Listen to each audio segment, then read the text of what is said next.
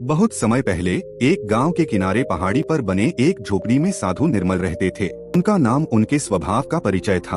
वह भीतर से इतने शुद्ध और शांत थे कि उनके पास बैठने से ही मन का बोझ हल्का हो जाता था।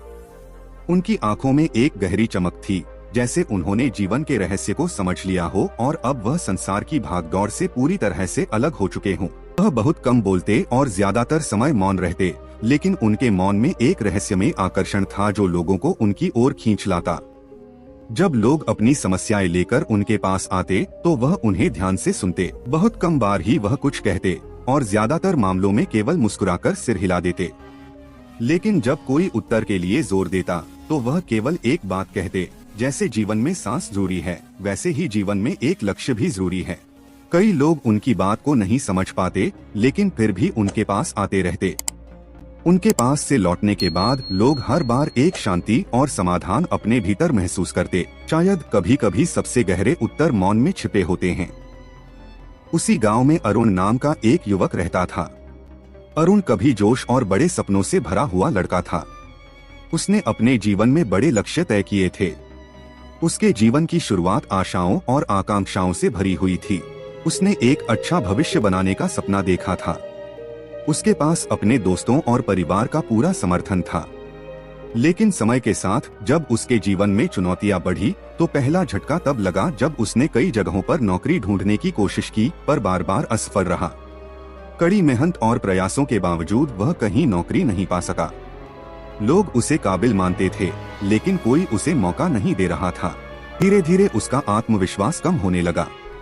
उसने खुद से सवाल पूछना शुरू कर दिया, क्या मैं सच में काबिल नहीं हूँ? इसी बीच उसका निजी जीवन भी मुश्किलों में घिर गया। कभी जो दोस्त और परिवार उसका साथ देते थे, वे भी धीरे धीरे उससे दूर होने लगे। कुछ दोस्तों ने उससे दूरी बना ली क्योंकि उसकी कोई सफलता की कहानी नहीं थी। उसका परिवार भी धीरे धीरे निराश हो गया। वे उसे कुछ नहीं कहते, लेकिन उनके चेहरे पर चिंता और निराशा साफ झलकती थी। अरुण को लगने लगा कि अब उसका कोई नहीं है। वह दिन ब दिन अपने जीवन से हार मानने लगा। उसके मन में बार बार यही सवाल उठता, क्या मैं अब जीवन में सफल हो पाऊंगा?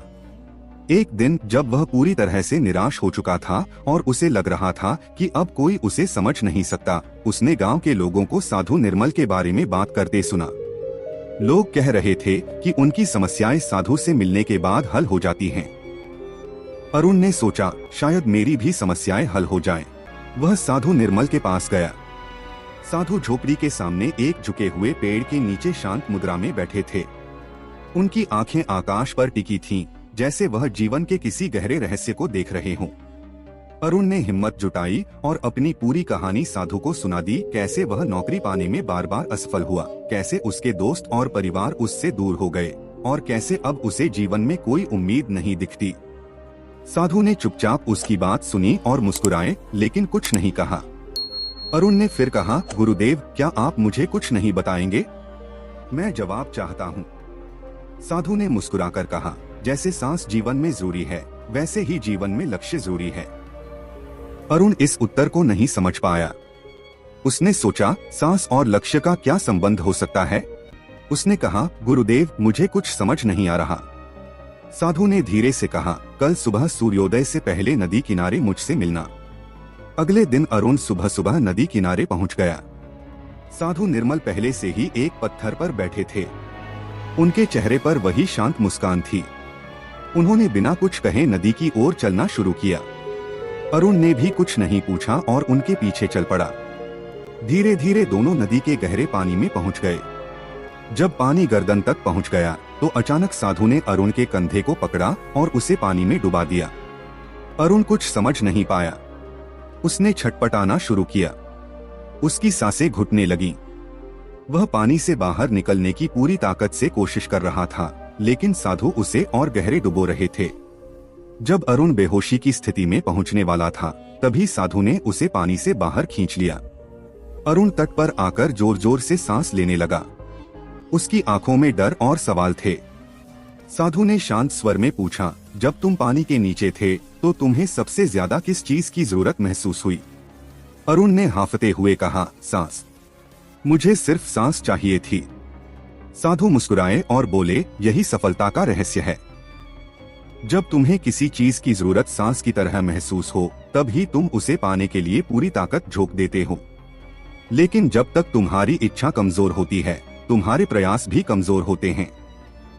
जीवन में अगर किसी लक्ष्य को पाना है, तो उसकी आवश्यकता को उतना ही गहरा महसूस करो जितना पानी में सांस की कमी महसूस की थी। तभी तुम उसे पा सकते हो। अरुण को जीवन का सबसे बड़ा सत्य उसी क्षण समझ आ गया। उसने महसूस किया कि अब तक उसने जो भी किया वह अधूरे मन से किया। हर बार असफलता के डर से उसने कोशिश की, लेकिन पूरी ताकत से कभी प्रयास नहीं किया। अरुण ने साधु से पूछा, गुरुदेव, लेकिन अगर मैं पूरी ताकत से प्रयास करूं, फिर भी असफल हो जाऊं, तो क्या करूं? साधु ने मुस्कुराते हुए कहा, असफलता जीवन का हिस्सा है। यह महत्वपूर्ण नहीं है कि तुम असफल होते हो या सफल। महत्वपूर्ण यह है कि तुम असफलता को एक पाठ की तरह देखो। असफलता को अपने सफर का अंत नहीं, बल्कि उसका एक हिस्सा मानो। जब तुम हर पल को पूरी जागरूकता और समर्पण के साथ जीते हो, तब असफलता भी तुम्हारे लिए सबक बन जाती है, रुकावट नहीं। साधु की बातों ने अरुण को नई ऊर्जा दी। उसने निश्चय किया कि अब वह अपने लक्ष्य के लिए उसी समर्पण के साथ प्रयास करेगा जैसे पानी से बाहर निकलने के लिए किया था। अरुण ने अपनी असफलताओं को सामना करने और उनसे सीखने का निर्णय लिया। उसने सोचा कि उसके पारिवारिक परंपरा कृषि में उसकी रुचि और क्षमता छिपी हुई है। उसने खेती को अपना लक्ष्य बनाया। अरुण ने गांव के बड़े किसानों से सीखा और उनकी तकनीकों को अपनाया। धीरे धीरे उसने नई नई कृषि तकनीकों का ज्ञान प्राप्त किया। वह सुबह सुबह उठकर सूरज की पहली किरण के साथ खेतों में काम करता। कुछ वर्षों की मेहनत के बाद अरुण की मेहनत रंग लाई। उसकी फसलें बेहतर होने लगीं और उसने अच्छी आमदनी शुरू कर दी। वह अपनी कमाई से और जमीन खरीदने में सक्षम हो गया। धीरे धीरे वह गांव का एक सफल किसान बन गया। अरुण ने न केवल अपनी आर्थिक स्थिति सुधारी, बल्कि अपने परिवार की जरूरतें भी पूरी की।